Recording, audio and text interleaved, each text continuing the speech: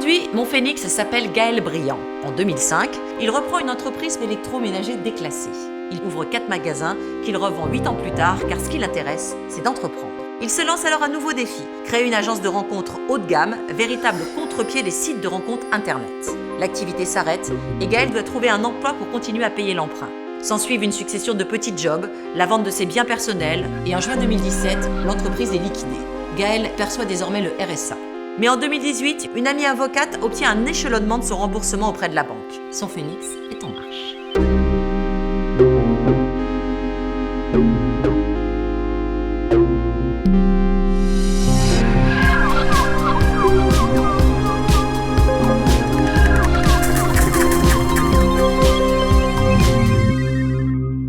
J'ai d'abord liquidé l'activité que j'avais créée, qui était donc une agence de rencontres pour célibataires, qui allait complètement à l'encontre du marché finalement.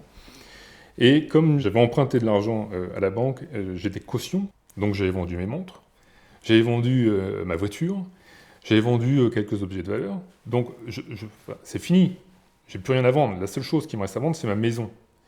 Et ça, c'est difficile. Envisager de vendre sa maison pour se retrouver dans un appartement avec un loyer qui aura en gros le même montant que le remboursement que vous avez pour votre maison, il y a un truc qui n'est pas logique là. Donc c'est vraiment des inquiétudes très fortes sur l'avenir. Et on sait très bien que si vous n'avez pas de travail, ce qui était mon cas, donc il faut retrouver des missions.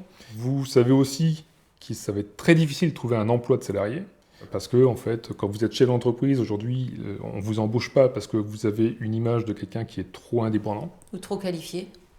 Pas qualifié, c'est que vous rentrez plus dans le moule. Est-ce qu'il y a eu des moments où tu as perdu confiance en toi ?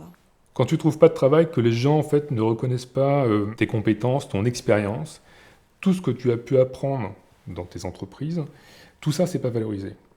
Et là tu te dis, s'ils ne m'embauchent pas, c'est que je dois pas être bon. C'est pour ça que quand tu pousses la porte d'une association comme 60 000 rebonds, qui est une association de bénévoles qui accompagne des entrepreneurs qui ont connu un échec, donc en général un dépôt de bilan. Là, les gens te remettent en selle. Ils te disent non, attends, c'est le regard des autres qu'on doit faire évoluer. Mais non, les compétences, tu les as. Tu parles de mots très forts comme se reconstruire, le regard des autres. Ça a été ton cas ? Un entrepreneur, c'est quelqu'un qui va créer une entreprise ou reprendre une entreprise parce qu'il a une vision, parce qu'il a une ambition. Et donc, quand il connaît un échec, c'est la fin de quelque chose, il n'y a plus d'espoir finalement sur ce projet-là. Même les gens qui vous disent bah, « c'est pas grave, je vais rebondir », il y a quand même quelque chose qui se casse.